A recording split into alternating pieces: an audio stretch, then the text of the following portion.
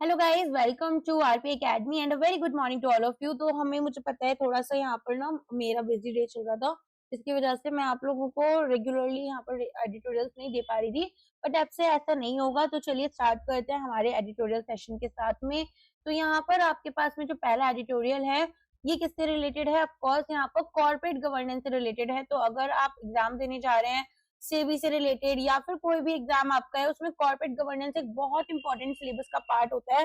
सो इसके बारे में आपको अच्छे से पता होना चाहिए। इवन योर फॉर इंटरव्यू ये चीजें आपके लिए काफी इंपॉर्टेंट रहती हैं। तो चलिए स्टार्ट करते हैं हमारे एडिटोरियल के साथ में। तो ये जो एडिटोरियल है, ये यहाँ पर एक कोर प्रॉब्लम डिस्कस कर रहा है। किसके बारे में? मॉडर्न कॉर्पोरेट गवर्नेंस में ये बोलते हैं कि जो आपकी रिस्पॉन्सिबिलिटीज हैं, वो तो across too many roles divide कर दी गई हैं, लेकिन accountability at the end of the day किसकी होनी है, वो यहाँ पर धीरे धीरे अनक्लियर होता जा रहा है। जैसे जैसे नंबर ऑफ पीपल आपके बढ़ते जा रहे हैं, वैसे वैसे ही यहाँ पर जो अकाउंटेबिलिटी है वो आपकी कम होती जा रही है। तो अब आप देखते हैं आज के टाइम में जितनी भी जॉब्स होती हैं, उसमें नंबर ऑफ पीपल होते हैं और अलग अलग लोगों के अलग अलग यहाँ पर डेजिग्नेशन होती हैं। फिर बहुत सारे लोगों के बीच में same type of jobs and चीजें आप डिवाइड कर देते हो। अब उससे होता क्या है कि एट द एंड जब कोई गलती होती है, तो वो गलती में यहाँ पर किसकी है ये डिसाइड करने में दिक्कत आ रही है। सो यहाँ पर ये उसी के बारे में बात कर रहे हैं कि किस तरीके से यहाँ पर हमारे पास में जब अकाउंटेबिलिटी, सबसे इंपॉर्टेंट तो अकाउंटेबिलिटी है ना, तो अकाउंटेबिलिटी हमें किसकी रखनी है, ये डिसीजन हम नहीं ले पा रहे हैं। तो चलिए स्टार्ट करते हैं। ये बोलते हैं कि जब गवर्नेंस फ्रेमवर्क यहाँ पर ओवरसाइट इंप्रूव करना चाहते हैं, तो वो कंफ्यूजन क्रिएट कर दे रहे हैं। अब वो कंफ्यूजन किस रिगार्डिंग है कि एक्चुअली यहाँ पर कौन रिस्पॉन्सिबल है। ठीक है, अब यहाँ पर आपके पास में कौन एक्चुअली रिस्पॉन्सिबल है, किसकी अकाउंटेबिलिटी होगी। तो सेंट्रल प्रॉब्लम क्या है? डिफ्यूज रिस्पॉन्सिबिलिटी यहाँ पर ये बोल रहे हैं कि आपकी सेंट्रल प्रॉब्लम रहेगी। क्यों? देखो, ये बोलते हैं कि देखो अगर यहाँ पर हम देखें कंफ्यूजन क्रिएट होगा, लोग ब्लेम शिफ्ट करेंगे और वीक अकाउंटेबिलिटी है। मान लो आप एक एग्जांपल लो, क्रिकेट आप सब लोग को पसंद होता है, मेजरली सभी को पसंद होता है। अगर मान लो कि हर कोई पर्सन को मैं बोलूं कि भाई आप तो कैप्टन हो, ठीक है, अब क्या होगा? अब यहाँ पर जब हमारे पास में रूल्स आएंगे या फिर यहाँ पर रिस्पॉन्सिबिलिटी आएगी, तो सब पीछे हटना चाहेंगे। अकाउंटेबिलिटी आएगी तो सब पीछे हटना चाहेंगे। लेकिन जहां पर होगा कि ठीक है हमें तो सबको सेलिब्रेट करना है या फिर हमें यहाँ पर एक चीज होती है रिवॉर्ड मिल रहा है, तो रिवॉर्ड के लिए सब सामने आएंगे। सो इसी के लिए ये बोलते हैं कि देखो हमें यहाँ पर ध्यान रखना होगा कि किस तरीके की अकाउंटेबिलिटी जो है वो हमें यहाँ पर क्रिएट करनी चाहिए। ठीक है, तो अगर हर एक कैप्टन यहाँ पर रिस्पॉन्सिबल होना चाहिए, ये यहाँ पर हमारे पास में पॉसिबल है नहीं। और अगर एक कैप्टन होगा तो वो रिस्पॉन्सिबल होगा, जो कि हमारे लिए आसान है। तो सेम अप्लाई हमारी कंपनीज के लिए भी करता है। मॉडर्न कॉर्पोरेट गवर्नेंस जो है वो आपके काफी ज्यादा कॉम्प्लेक्स हो जाते हैं। Instead of one clear authority, हमारे पास में board of directors, audit committee, independent director, CEO, CFO, compliance officer, regulator, auditors, ये सब होते हैं। तो अगर बहुत सारे रिस्पॉन्सिबल लोग हैं, तो कोई भी यहाँ पर ट्रूली रिस्पॉन्सिबल नहीं रहेगा। ठीक है, सो इफेक्टिव गवर्नेंस आपका कब अच्छे से काम करता है? जब रिस्पॉन्सिबिलिटी को क्लियरली डिफाइन किया गया और अथॉरिटी सेंट्रलाइज्ड है एक किसी नोन पॉइंट पर। However, modern corporate system distribute करते हैं इन रिस्पॉन्सिबिलिटीज को board of directors, then committees, then यहाँ पर एग्जीक्यूटिव्स और compliance officers and auditors. So ये बोलते हैं कि यहाँ पर अगर हम देखें एग्जैक्टली प्रॉब्लम क्या आ रही है कि बहुत सारे लोग हैं, too many responsible people, so no one is truly responsible. So यहाँ पर हमारे पास एक कॉन्सेप्ट आता है TCWG का। वो क्या है? Those charge with governance. ठीक है, तो यहाँ पर हमारे पास में ये कहते हैं कि एवरीवन सीम्स रिस्पॉन्सिबल बट कोई भी क्लियरली अकाउंटेबल नहीं है। So those charge with governance, ये वाली हमारे लिए प्रॉब्लम है। अब इसमें क्या होगा? ये कहते हैं कि देखो इसको ऑडिटिंग स्टैंडर्ड्स में डिफाइन किया गया है, मीनिंग वो लोग जो रिस्पॉन्सिबल है किसी स्ट्रैटेजिक डायरेक्शन के लिए, अकाउंटेबिलिटी, ओवरसाइट। अब यहाँ पर board, audit committee, independent directors, ये सभी आ सकते हैं। अब प्रॉब्लम क्या है TCWG का कि ये सुनने में तो बहुत इंक्लूसिव लग रहा है, लेकिन एक्चुअल में कंफ्यूजन क्रिएट कर रहा है। कंफ्यूजन क्या है? Who exactly is responsible? Even auditors are struggling here. So the real situation is auditors must identify TCWG before audit, but in practice it becomes weak or a detective type of a work. So Auditing standard defined TCWG as people responsible for overseeing strategy and accountability of a company. इसमें आपके पास board of directors हो सकते हैं, ये जो people यहाँ पर बोल रहे हैं ना, these are responsible for overseeing strategies, तो यहाँ पर आपके पास ये board of directors, audit committees या फिर इंडिपेंडेंट डायरेक्टर्स हो सकते हैं। अब ऑडिटर्स को आइडेंटिफाई करना होगा कि who exactly is the TCWG हर एक कंपनी में।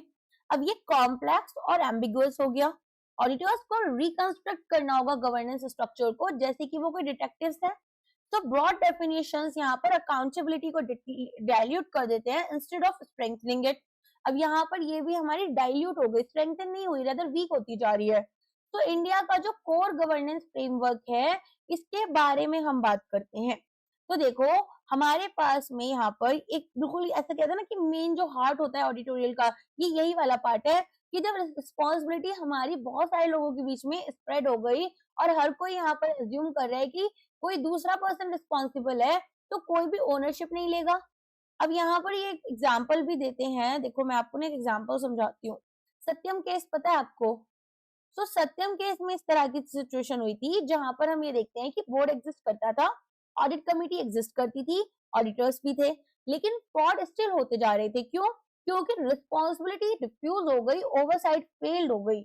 एक और बताती हूँ आपको, यस बैंक का क्राइसिस। ओके, सो बोर्ड, रेगुलेटर्स, मैनेजमेंट सब थे, लेकिन गवर्नेंस फेलियर्स हुए। अब यहाँ पर स्ट्रक्चर एग्जिस्ट करना ही इनफ नहीं है, अकाउंटेबिलिटी भी होनी चाहिए, ये इंपॉर्टेंट पार्ट है। और इंडिया में हमारे पास एक क्लियर स्ट्रक्चर है। क्या है? कंपनीज एक्ट 2013, जो कि यहाँ पर अगर आपने सेबी का एग्जाम दिया, PFRD, IFS से, तो बहुत डिटेल में पढ़ा है। ठीक है, अब हमारे पास एक हायरार्की होती है कि भाई बोर्ड ऑफ डायरेक्टर्स है तो टॉप लेवल पर है, अल्टीमेट रिस्पॉन्सिबिलिटी होगी, they will be responsible, right strategic decisions लेने हैं, फिड्यूशियरी ड्यूटी है, तो they are the actual captain of the team that I have been discussing. अब आ जाओ की मैनेजरियल पर्सोनल्स, जैसे CEO होते हैं, MD होते हैं, या फिर चीफ फाइनेंशियल ऑफिसर होते हैं, कंपनी सेक्रेटरी होते हैं, these are actually running the company. And now board committees, देखो यहाँ पर हमारे पास में अब जो बोर्ड कमिटीज होती हैं, उसमें भी ऑडिट कमिटी भी होती है, न्यूमरेशन एंड रेन्यूमरेशन कमिटी भी होती है, नॉमिनेशन सॉरी। ठीक है, अब यहाँ पर हम स्पेशलाइज्ड ओवरसाइट प्रोवाइड कर रहे हैं। फिर आते हैं ऑफिसर इन डिफॉल्ट, जो कि यहाँ पर ये बताते हैं कि भाई कौन सा पर्सन लीगली लायबल होगा अगर वायलेशन हुए, जैसे पेनल्टीज किस पर लगेंगी, प्रोसिक्यूशन किसका होगा।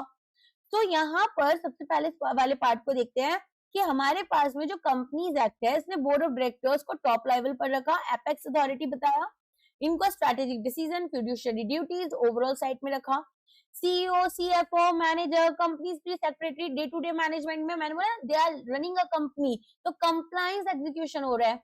बोर्ड कमिटीज, ऑडिट कमिटी है, नॉमिनेशन एंड रेन्यूमरेशन कमिटी है, सो स्पेशलाइज्ड ओवरसाइट प्रोवाइड कर रहे हैं। ऑफिसर जो डिफॉल्ट में है, ये यहाँ पर लीगली लायबल माने जाते हैं, किसके लिए? अगर कंप्लायंस फेलियर्स हो गए। तो एक clear chain of responsibility and accountability हमें देखने के लिए मिल रही है। Now comes to our additional layer, जिसमें कि हम सिक्योरिटीज रेगुलेशन की बात करेंगे। तो ये बोलते हैं कि देखो अब हमारे पास में ना अगर कोई लिस्टेड कंपनी है, तो उनके लिए तो हम यही सिंपली देखते हैं कि securities and exchange board of India, that is SEBI, ये कुछ एक्स्ट्रा गवर्नेंस रिक्वायरमेंट्स रखता है, जैसे कि promoter, senior manager, compliance management, compliance officer. So यहाँ पर इंपॉर्टेंट एवोल्यूशन हमें ये देखने के लिए मिला कि जो कंप्लायंस ऑफिसर है, इनका राइज हुआ है। अब ये यहाँ पर आपके बोर्ड ऑफ डायरेक्टर्स के क्लोजली काम करते हैं, साथ में यहाँ पर रेगुलेटरी कंप्लायंस को इंश्योर करते हैं और एक ब्रिज की तरह काम कर रहे हैं कंपनी और SEBI, that is the regulator, इनके बीच में। सो जैसे हमारे पास ना रिलायंस इंडस्ट्रीज होती है, TCS होते हैं, इन बड़ी कंपनीज है, तो यहाँ पर कंप्लायंस टीम होती है, वो सारे डिस्क्लोजर्स, फाइलिंग, रेगुलेटरी रिपोर्टिंग करती है। तो यहाँ पर अलग से हमें एक टीम रखनी है और वो ये सारी चीजें मैनेज करती है। तो कंपनी और रेगुलेटर के बीच में यहाँ पर सारी चीजें आपकी सॉर्टेड हो जाती है। सो लिस्टेड कंपनीज में ये कह रहे हैं कि जो गवर्नेंस है वो हम सिक्योरिटीज रेगुलेशन के थ्रू भी स्ट्रेंथन कर रहे हैं। ठीक है, अब यहाँ पर की एडिशनल क्वेश्चंस की बात करते हैं, तो आप देखना।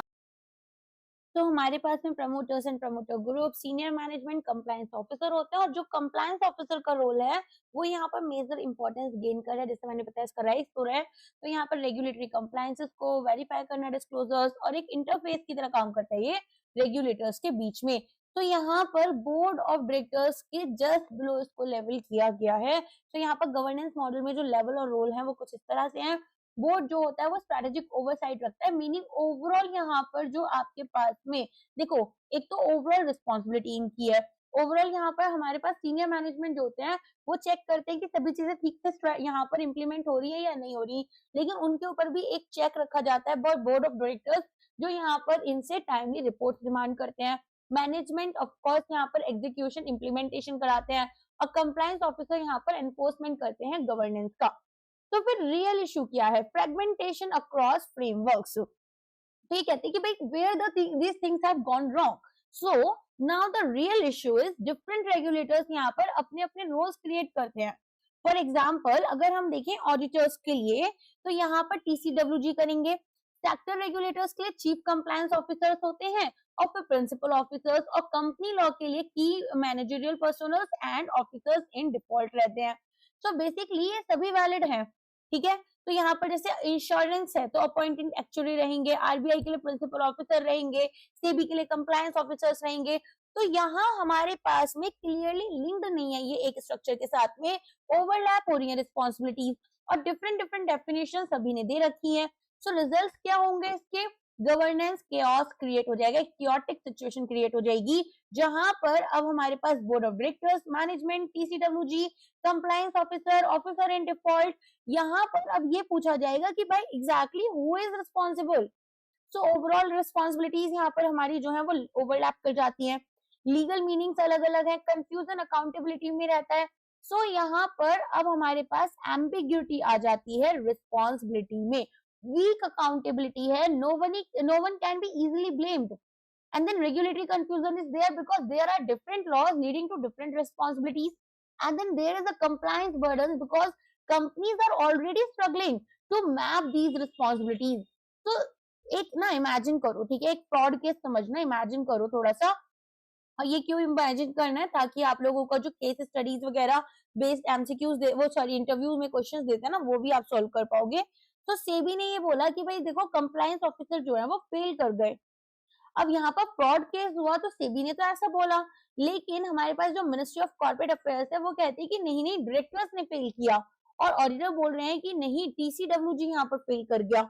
अब आप एग्जैक्टली एक्चुअल में किसको गिल्टी मानोगे, ये आपसे पूछा जा रहा है। सो यहाँ पर ये बोलते हैं कि भाई नए नए रोल्स मत बनाओ, जो आपके पास एग्जिस्टिंग रोल्स है इन्हीं को अलाइन करो। So who is ultimately accountable, we don't know about it. यहाँ पर रोल्स ड्यूटीज को हमारे पास में मैपिंग करना मुश्किल हो जाता है, जो लाइबिलिटीज है across different laws. Weak enforcement में रेगुलेटर्स जो होते हैं वो फिक्स करते हैं लाइबिलिटीज को, एनफोर्स करते हैं अकाउंटेबिलिटी को। नाउ डाइल्यूशन होता है गवर्नेंस का। सो जब रिस्पॉन्सिबिलिटी डिफ्यूज हो गई तो अकाउंटेबिलिटी कमजोर हो जाती है। सॉल्यूशन क्या है? Core recommendations. एडिटोरियल यहाँ पर आपको यूनिफॉर्म टर्मिनोलॉजी सजेस्ट नहीं करती है, रेदर ये बोलती है कि कॉन्सेप्चुअल अलाइनमेंट करो अराउंड अ क्लियर सेंटर। तो यहाँ पर जो सेंटर है वो ऑलरेडी आपके पास company securities law framework provide करता है। सो बोर्ड को यहाँ पर सेंट्रल एंकर बनाओ गवर्नेंस का। ये क्या बोलते हैं? ये बोलते हैं कि भाई देखो क्या करोगे, जो बोर्ड है उनको अल्टीमेट अथॉरिटी दो, और मैनेजमेंट एग्जीक्यूशन करेगा, और कंप्लायंस ऑफिसर एनफोर्समेंट करेंगे। तो यहाँ पर जितने भी रोल्स हैं अकॉर्डिंगली मैपिंग कर लो आप। तो ये आपके लिए सिंपल भी रहेगा, जितने भी अदर रोल्स हैं TCWG कंप्लायंस रोल्स, इनको आप स्ट्रक्चरिंग करो।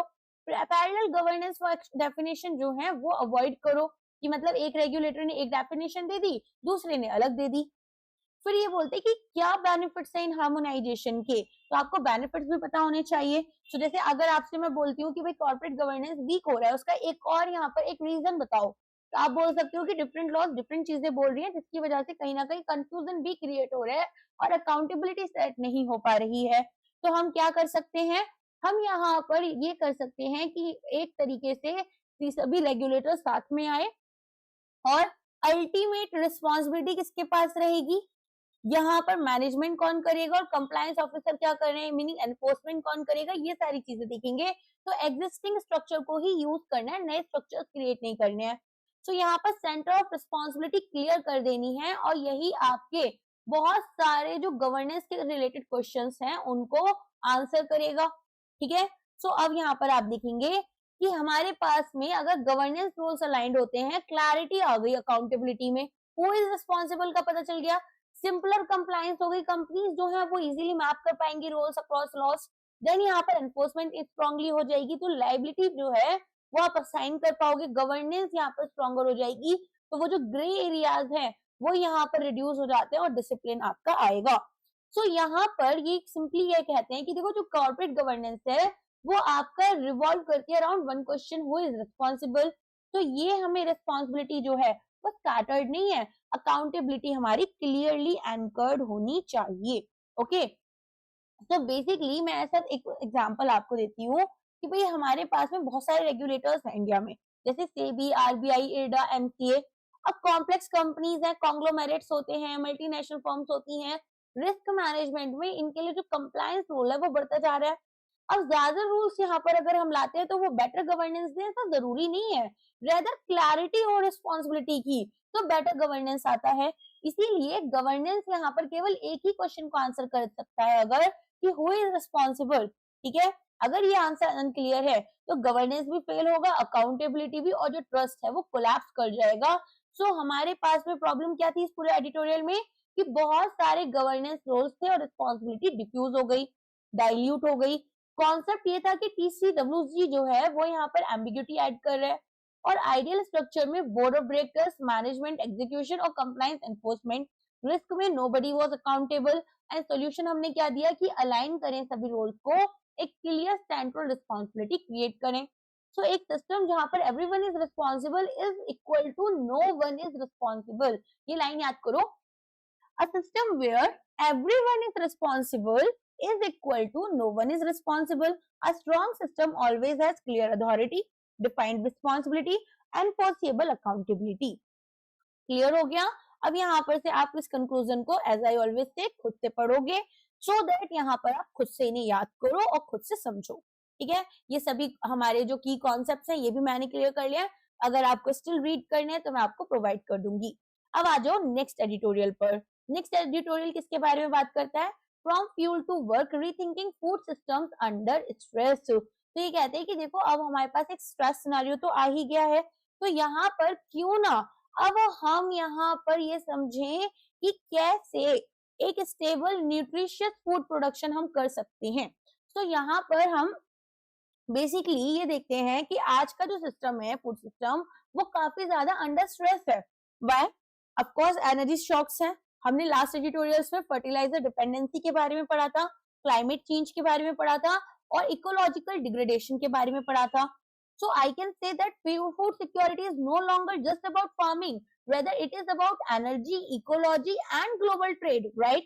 So now you will connect it from the point of view of the editorial कि कैसे इन्होंने बोला है कि फ्यूल और फूड जो है वो कनेक्ट कर रहे हैं या फिर फ्यूल टू फॉक कनेक्शन की तरफ ये लेकर जा रहे हैं। किसकी तरफ? फ्यूल टू फॉक कनेक्शन, ठीक है, वो जो खाने वाला होता है ना वो। चलो स्पून फॉक वाला। मॉडर्न एग्रीकल्चर जो है वो डीपली डिपेंडेंट है एनर्जी के ऊपर। अब यहाँ पर इन्होंने ना एडिटोरियल में कुछ डेटा दिया है जिसमें ये बोलते हैं कि देखो 40% जो पेट्रोकेमिकल्स हैं वो फूड सिस्टम में यूज हो रहे हैं और 15% फॉसिल फ्यूल्स में इन एग्रीकल्चर। बेसिकली आपको मैं बताती हूँ, हमने लास्ट क्लास में भी यही देखा था कि कैसे जो फर्टिलाइजर्स हैं उन पर हमारी डिपेंडेंसी, और फर्टिलाइजर्स के इम्पोर्ट हम कहाँ से करते हैं, वो भी हम यहाँ पर वेस्ट एशियन कंट्रीज से करते हैं, जिसमें कि Saudi Arabia, Kuwait and Qatar की हमने बात की थी। तो ये बोलते हैं कि जब ऑयल प्राइसेस बढ़ते हैं तो डीजल की कॉस्ट बढ़ेगी, डीजल की कॉस्ट बढ़ेगी तो ट्रैक्टर यहाँ पर महंगा पड़ जाएगा, ट्रैक्टर डीजल से चल रहा है, ट्रांसपोर्ट कॉस्ट बढ़ेगी तो फूड प्राइसेस बढ़ जाएंगे। अगर गांव से शहर में या किसी भी रूरल एरिया से आप खाना लेकर आ रहे हो, एग्रीकल्चर से मार्केट में लेकर आ रहे हो, ट्रांसपोर्ट कॉस्ट बढ़ रही है, और कॉस्ट ऑफ इनपुट क्या है, फर्टिलाइजर है, वो भी बढ़ रहा है, फार्मिंग कॉस्ट इंक्रीज होगी उससे। तीन चीजें याद रखना, आपसे पूछा भी जा सकता है एग्जाम में यहाँ पर या फिर आपके इंटरव्यू जिस भी स्टेज पर आप हो। So when oil price rise, diesel cost increases the tractor cost, transport cost increases the food price cost, and fertilizer cost increases the farming cost. And final result क्या होगा? Food inflation आएगा. And this is what they are saying as food energy nexus, meaning energy जो है वो directly यहाँ पर हमारे food prices को affect कर रही है. Fine, चलो आगे बढ़ते हैं, अब इसको समझते हैं। सो ये कहते हैं कि भाई देखो आज जो फाउंडेशन है वही अंडर स्ट्रेस है, क्योंकि एनर्जी के शॉक्स लग रहे हैं यहाँ पर, एनर्जी शॉक्स या सप्लाई चेन शॉक आप बोलो, फर्टिलाइजर डिपेंडेंसी है, क्लाइमेट चेंज है, इकोलॉजिकल डिग्रेडेशन है, इतनी सारी चीजें हैं। तो ये बोलते हैं कि इंडिया को ना एक resilient, ecological, less input dependent agriculture system में जाना पड़ेगा। अब यहाँ पर जो मॉडर्न एग्रीकल्चर है वो केवल लैंड और लेबर के बारे में नहीं है, ये यहाँ पर कि आपके पास फॉसिल फ्यूल्स, पेट्रोकेमिकल्स और ग्लोबल सप्लाई चेन, इन चीजों पर भी डिपेंडेंट है। सो ये बोलते हैं कि देखो 40% ग्लोबल पेट्रोकेमिकल्स और 15% जो फॉसिल फ्यूल्स हैं, ये हमारा फूड सिस्टम अकेले कंज्यूम कर रहा है, जिसमें कि हर एक मील इनडायरेक्टली लिंक्ड है to the volatile energy market. अगर याद होगा आपको, कोर इन्फ्लेशन हम पढ़ते थे तो उसमें food and fuel prices exclude करते थे, क्यों? क्योंकि ये यहाँ पर वॉलेटाइल थे, फ्लक्चुएट होते रहते थे। फर्टिलाइजर डिपेंडेंसी, अब ये बोलते हैं कि एक मेजर वल्नरेबिलिटी जो है वो सिंथेटिक फर्टिलाइजर्स की तरफ है। हेबर बॉश अप्रोच की बात करते हैं कि यहाँ पर हम लोग नाइट्रोजन फर्टिलाइजर्स को यूज करते हैं और हाईली एनर्जी इंटेंसिव है ये।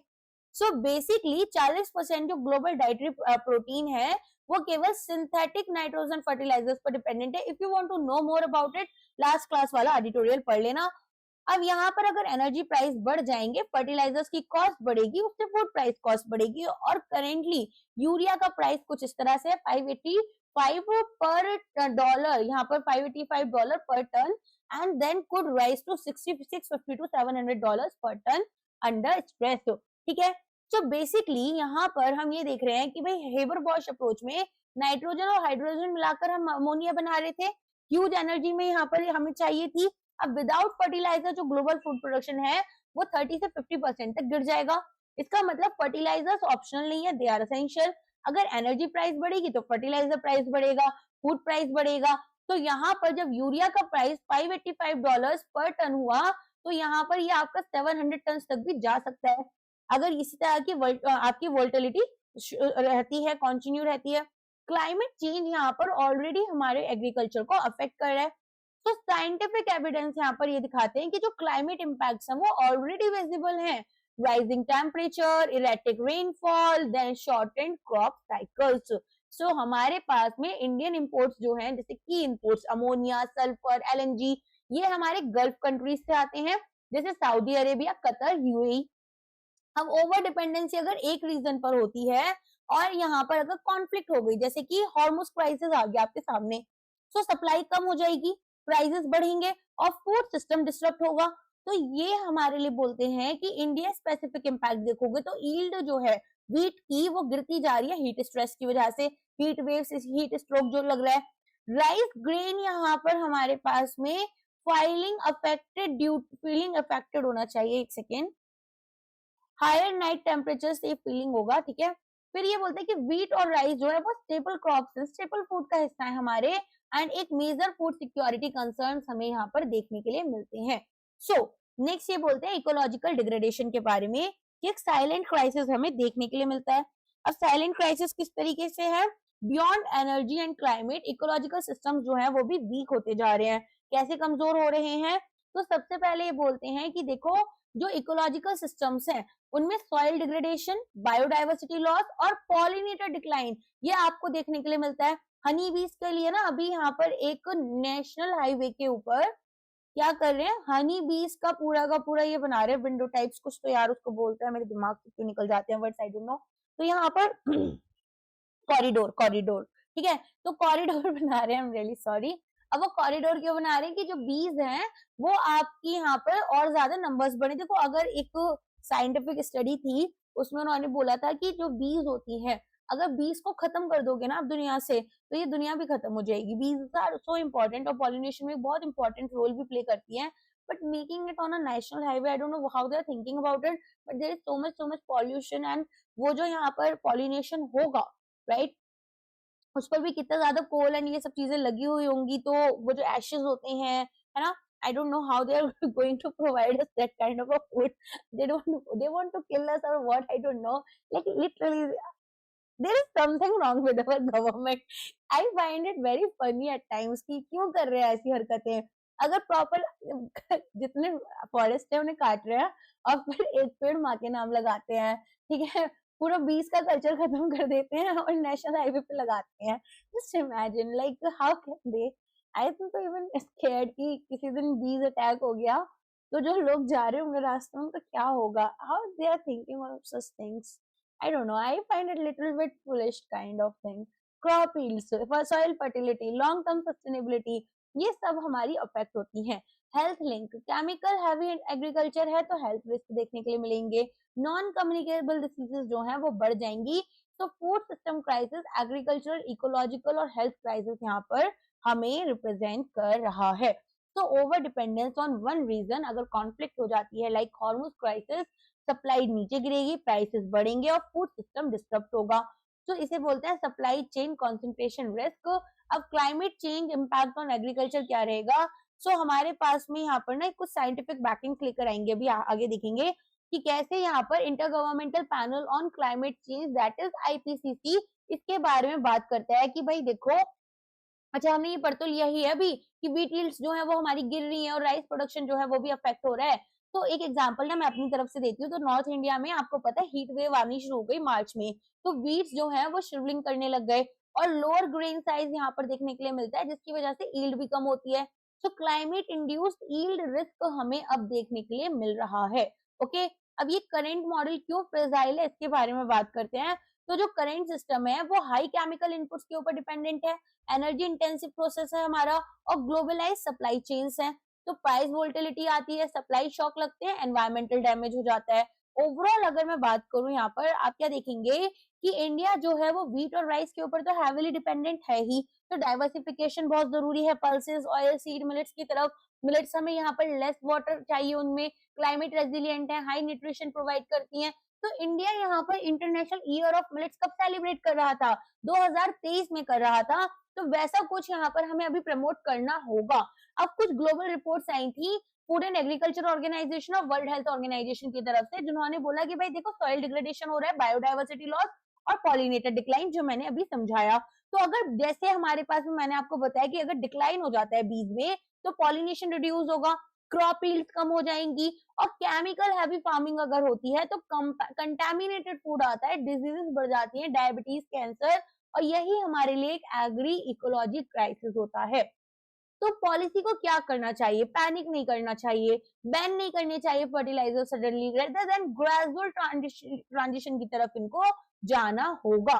सो एक मैनेज ट्रांजिशन होगा जो कि सडन नहीं होना चाहिए। ये बोलते पैनिक मत करो, ऐसा भी नहीं है कि तुम एकदम से ही केमिकल्स को बैन करने लग जाओ सडनली, नहीं, रुको, धीरे धीरे चीजें करो, वेल फंडेड ट्रांजिशन होना चाहिए। तो कुछ की रिफॉर्म स्ट्रेटेजीज ये बताते हैं। As I always tell you how we should write our answers, we have to introduce the problem, we have to support our arguments using some reports. For example, I have used reports from FAO, WHO, and then I had told you about IPCC. Now I am telling you about the problem. After that I have started discussing the solutions. तो ऐसे ही answers आपको लिखने हैं। easy है, समझ में आया?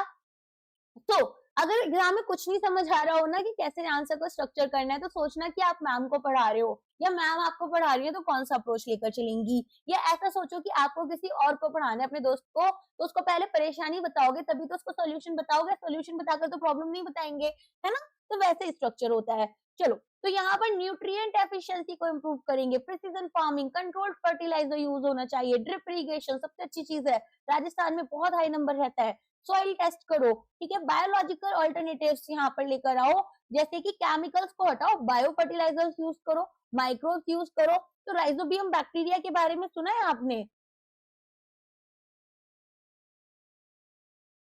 जो यहाँ पर बच्चे उससे हैं नबार्ड से, ठीक है, दे तो definitely can use it and RBI वाले स्टूडेंट्स भी इसको यूज कर सकते हैं। राइजोबियम बैक्टीरिया, इसे पल्सेस में यूज किया जा रहा है, क्यों?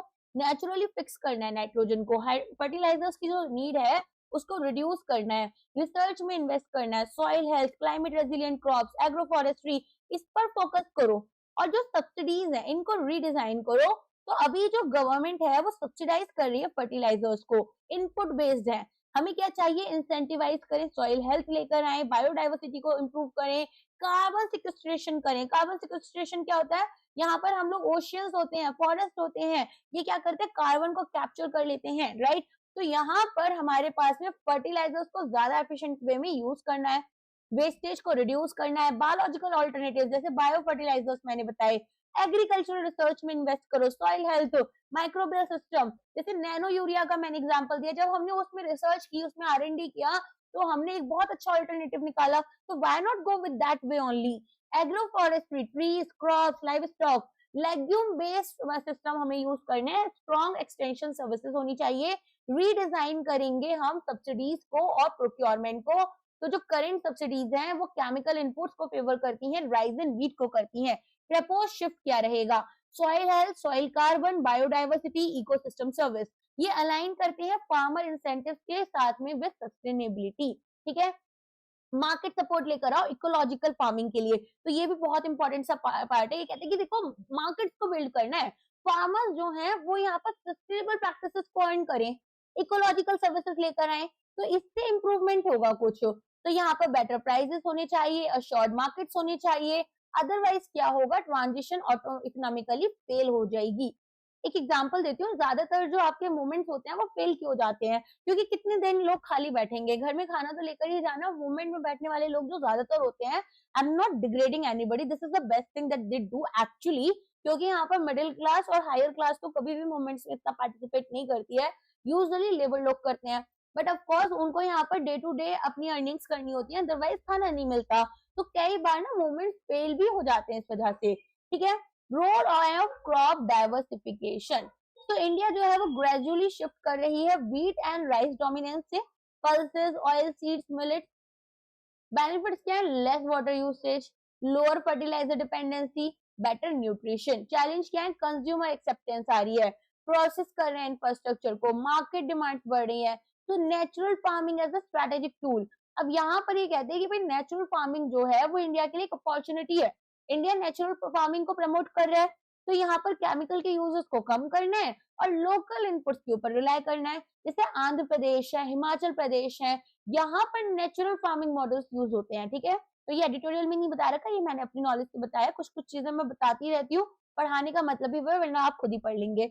तो केमिकल इनपुट्स को हम रिड्यूस कर रहे हैं, फोकस सॉइल बायोलॉजी पर है, लोअर कॉस्ट करना है कल्टीवेशन का, R&D support, extension services, market linkage, financial support हमें ड्यूरिंग ट्रांजिशन चाहिए ताकि हम सक्सेसफुल बने, अदरवाइज यहाँ पर फार्मर्स को रिस्क होगा। तो ये जो एडिटोरियल है ये एक पावरफुल पॉइंट बनाते हैं, we can not control wars, oil prices और global supply chain, but we can redesign how we produce food. ठीक है, तो यहाँ पर यही चीज ना रेगुलेटरी देखती है, यूपीएससी और रेगुलेटरी में ना डिफरेंस नहीं आएगा, यूपीएससी में इसके बारे में बात की जाएगी और इसके भी बारे में बात की जाएगी, लेकिन रेगुलेटरी में मेजरली इसके बारे में बात की जाएगी। फाइन, सिलेबस ऐसा है। फाइनल टेक अवे, इंडिया का जो फूड सिस्टम है वो ट्रांजिशन कर रहा है केमिकल इंटेंसिव से इकोलॉजिकल फार्मिंग, एनर्जी डिपेंडेंट से एनर्जी रिसोर्स एफिशिएंट, मोनोक्रॉपिंग से डाइवर्सिफाइड क्रॉप और इनपुट ड्रिवन से नॉलेज ड्रिवन। तो यहाँ पर अब आपके लिए कुछ की इनपुट्स हैं, वो आप देख सकते हैं कि कॉन्सेप्ट क्या क्या है। अब हमें केवल इतना समझ में आ गया कि जो हमारा सबसे बड़ा रिस्क है वो ओवर इंडस्ट्रियलाइजेशन है एग्रीकल्चर का। अब हमें ट्रेडिशनल फार्मिंग से सस्टेनेबल और इंडस्ट्रियल फार्मिंग से यहाँ पर हाई यील्ड बट फ्रेजाइल चीजों को लेकर आना होगा। तो अब यहाँ पर सिंपल सा यही है कि इंडिया जो है वो डाइवर्सिफाइड क्रॉप की तरफ जाए, केमिकल डिपेंडेंसी को रिड्यूस करे, रेजिलियंट सप्लाई चेन्स बनाए, इकोलॉजिकल फार्मिंग को फोकस करे। Future food security depends on reducing dependency on energy intensive agriculture and building resilient ecological farming system. Clear, समझ में आ गया? चलो आगे बढ़ते हैं। Oil shock and India's balance of payment. Now this is also very important article because balance of payment is anyways the syllabus part of your syllabus and यहाँ पर हमारे पास में BOP crisis हम 1000 बार पढ़ रहे थे और अब यहाँ पर ये हमें ना फेस करनी पड़ जाए करंट सिचुएशन में, वो भी इम्पोर्टेंट है। तो एक ऑयल शॉक जो है वो कैसे इंडिया के बैलेंस ऑफ पेमेंट को यहाँ पर सीवियरली अफेक्ट कर रहा है। तो इंडिया ऑयल इंपोर्ट करता है, ऑयल के प्राइसेस बढ़ते हैं, इंपोर्ट का बिल बढ़ता है और बीओपी जो है वो आपका डिटोरिएट हो जाता है। जैसे जैसे हमारे खर्चों के बिल बनते हैं हमारा बीपी जो है वो फ्लक्चुएट करता है, ऐसे ही हमारा बीओपी बैलेंस ऑफ पेमेंट भी यहाँ पर डिटोरिएट हो रहा है। So what has triggered the oil shock? The shock comes from geopolitical conflict, Iran, US and Israel. तो ऑयल डिस्ट्रप्शन के यहाँ पर की रीजंस क्या है? सप्लाई डिस्ट्रक्शन होना, ऑयल फैसिलिटीज ईरान में डैमेज्ड है, फ्यूचर सप्लाई एक्सपेक्टेशंस फॉल करती हैं, चेक पॉइंट डिस्ट्रप्शन देखा जाता है, स्ट्रेट ऑफ हॉर्मुज यहाँ पर 20 से 30% ग्लोबल ऑयल और गैस का हैंडल करते हैं। क्लोजर में इमीडिएट ग्लोबल शॉर्टेज आपको देखने के लिए मिलती है। स्पेक्यूलेशन की जा रही है बाय ट्रेडिंग फर्म्स, जिसमें कि कंपनी जैसे बिटॉल, ट्रैफिगुरा, ग्लैनकोर, ये फर्म्स ग्लोबली यहाँ पर ट्रेड करती हैं ऑयल को और स्पेक्यूलेट करती हैं प्राइसेस पर।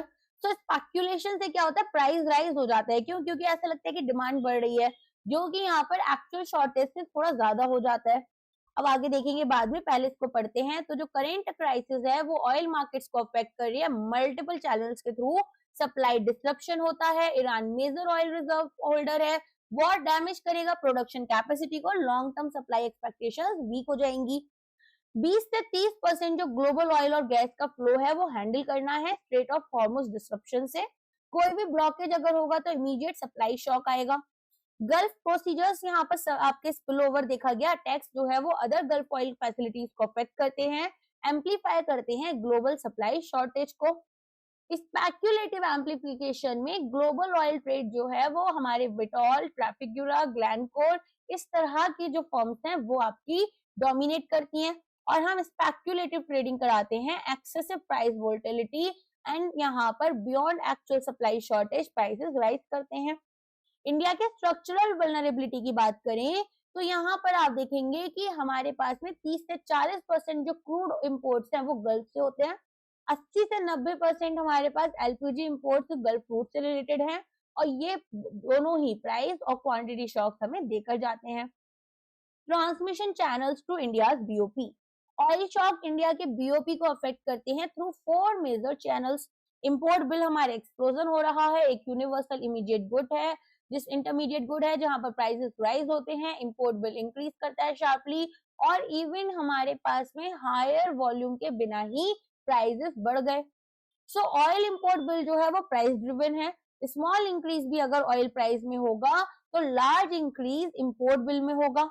इंपोर्टेड इन्फ्लेशन की बात करें तो ऑयल प्राइस जो है वो अब हमें हायर ग्लोबल क्रूड प्राइस की तरफ लेकर जाते हैं, रूपी डेप्रिसिएशन होता है तो बीओपी प्रेशर जो है वो हमें देखने के लिए मिलता है।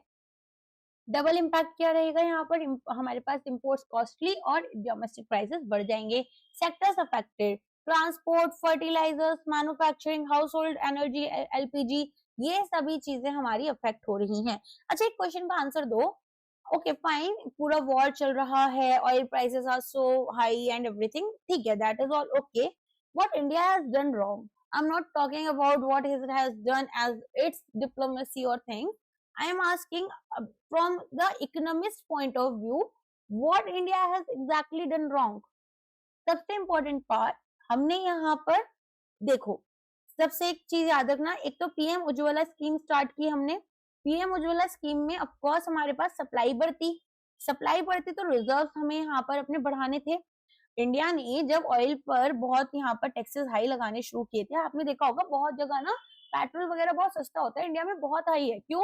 क्योंकि फ्यूल टैक्स काफी हाई लेती है government. That is truth, okay, I am not criticising it here, but हम यहाँ पर बातें कर रहे हैं कि क्या करना चाहिए था। तो अब अगर आपने हाई टैक्सेस लिए तो आपको क्यों लेने थे वो टैक्सेस? ताकि आप हमें सिक्योरिटी प्रोवाइड करो ऐसे सिचुएशंस में। कैसे कर सकते थे? सबसे पहले तो रिजर्व्स बनवा सकते थे हमारे लिए, राइट, सबसे ज्यादा इंपॉर्टेंट चीज। दूसरा, एक होती है लाइन डाइवर्सिफिकेशन। हम यहाँ पर केवल एक ही रीजन या कंट्री के ऊपर कभी भी डिपेंडेंट किसी भी चीज के लिए नहीं हो सकते। तो यहाँ पर डाइवर्सिफिकेशन इकोनॉमिक्स में और फाइनेंस में बहुत इंपॉर्टेंट पार्ट होता है, जिसमें हम ये कहते हैं कि भाई कभी भी आपके जो रिसोर्सेज है वो कॉन्सेंट्रेटेड नहीं होने चाहिए और आपकी इन्वेस्टमेंट कॉन्सेंट्रेटेड नहीं होनी चाहिए। तो ये 2 से 3 पॉइंट्स आप यूज कर सकते हैं। ओके, चलो, करेंट अकाउंट डेफिसिट वाइडनिंग। तो इंडिया का जो करेंट अकाउंट डेफिसिट है वो ऑफ कोर्स यहाँ पर बढ़ेगा। ऑयल के इंपोर्ट से ट्रेड डेफिसिट, रेमिटेंसेस हमारे कम हो रहे हैं तो करेंट अकाउंट हमारा वर्सन करेगा। और आईटी एक्सपोर्ट्स जो है वो स्टेबल तो है लेकिन इनसफिशिएंट है, वो हमारे पास में फुल्ली ऑफसेट इसको नहीं कर पाएंगे। तो करेंट अकाउंट डेफिसिट जो है वो वाइडन हो रहा है, एक्सटर्नल वल्नरेबिलिटी जो है वो भी बढ़ रही है। Capital flow pressure, oil shocks जो होते हैं वो इन्वेस्टर सेंटिमेंट को अफेक्ट करते हैं, फॉरेन इन्वेस्टर्स कॉन्फिडेंस लूज करते हैं, कैपिटल आउटफ्लो हमारा यहाँ पर इंक्रीज हो सकता है, लेकिन इससे क्या होगा, करेंसी डेप्रिशिएट हो जाएगी, वीक हो जाएगी और फाइनेंशियल इनस्टेबिलिटी आएगी। ठीक है, समझ में आ गया इतना। सो बेसिकली ये बोलते हैं कि देखो इंडिया हाईली वल्नरेबल है क्योंकि इंडिया के पास नेट एक ऑयल इंपोर्टर है, 85% से ज्यादा हम क्रूड ऑयल को इंपोर्ट करते हैं, 30 से 40% जिसमें से गल्फ से, और 80 से 90% एलपीजी जो है वो भी हमारा गल्फ से ही लिंक्ड है। इसका मतलब इंडिया ग्लोबल ऑयल प्राइसेस से तो यहाँ पर एस्केप खुद को कर नहीं पाएगी। तो ऑयल शॉक जो होते हैं वो इंडिया को मल्टीपल चैनल से अफेक्ट करेंगे। सबसे पहले सप्लाई शॉक, शॉर्टेज अफेक्ट होगा, तो यहाँ पर एलपीजी, ट्रांसपोर्ट सेक्टर और फार्मर सभी को दिक्कत आएगी। एलपीजी सिलेंडर्स एक्सपेंसिव हो जाते हैं, डीजल कॉस्ट बढ़ जाती है, ट्रांसपोर्ट कॉस्ट बढ़ेगी, जिसकी वजह से इंपोर्टेड इन्फ्लेशन, ऑयल जो है वो यहाँ पर एक यूनिवर्सल इंटरमीडिएट गुड है जिसमें कि इंपोर्टेड इन्फ्लेशन बढ़ेगा, ग्लोबल प्राइसेस बढ़ेंगे, रुपी डेप्रिशिएट होगा, डोमेस्टिक इन्फ्लेशन बढ़ेगा। तो ऑयल से यहाँ पर ट्रांसपोर्ट महंगा हुआ, ट्रांसपोर्ट से फूड और फूड से इन्फ्लेशन। करेंसी डेप्रिशिएट होती है जब ऑयल इंपोर्ट ज्यादा करेंगे तो डिमांड डॉलर की बढ़ेगी, रुपी वीक हो जाएगा। तो अगर यहाँ पर मान लो 91 रुपीज हमारे पास में पर डॉलर है तो वो 95 तक जा सकता है, इंपोर्ट हमारे लिए ज्यादा एक्सपेंसिव हो जाएगा। फिर कोर बीओपी इम्पैक्ट यही है कि भाई करेंट अकाउंट डेफिसिट है जिसमें इंपोर्ट माइनस एक्सपोर्ट हमें देखने के लिए मिलेगा, इंपोर्ट्स हमारे एक्सपोर्ट से ज्यादा हैं और ऑयल इंपोर्ट का बिल अगर बढ़ गया तो करेंट अकाउंट डेफिसिट वाइडन हो जाएगा। तो बेसिकली यहाँ पर मैसिवली हमारे जो बिल्स हैं वो बढ़ेंगे एंड सीएडी वाइडन करेगा। सो ये जो टाइम है ना ये सबसे ज्यादा डेंजरस टाइम माना जाता है।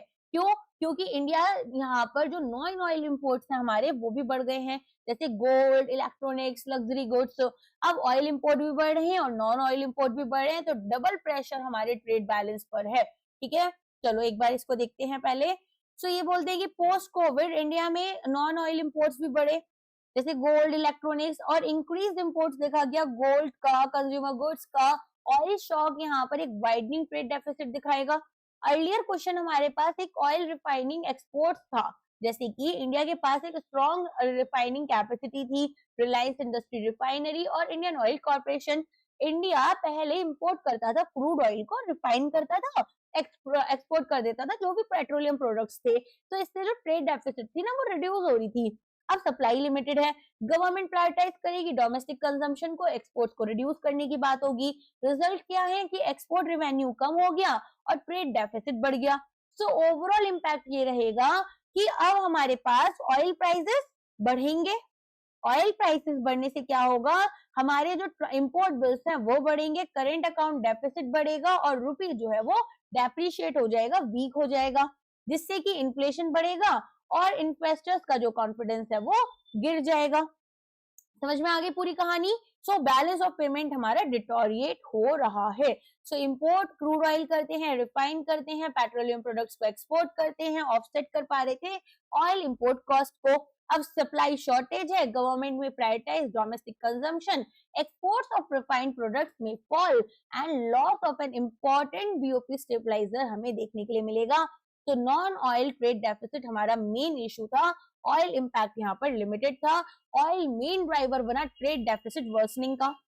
ऑयल शॉक से बीओपी क्राइसिस ट्रांसमिशन हुआ, वॉर से ऑयल सप्लाई डिसरप्शन की तरफ आए, ऑयल प्राइसेस बढ़े, इंपोर्ट बिल बढ़ा, ट्रेड डेफिसिट बढ़ा, कैट बढ़ा, रुपी डेप्रिशिएट हुआ, इंपोर्टेड इन्फ्लेशन बढ़ गया, कैपिटल आउटफ्लोज बढ़ गए, बीओपी वल्नरेबिलिटी बढ़ गई।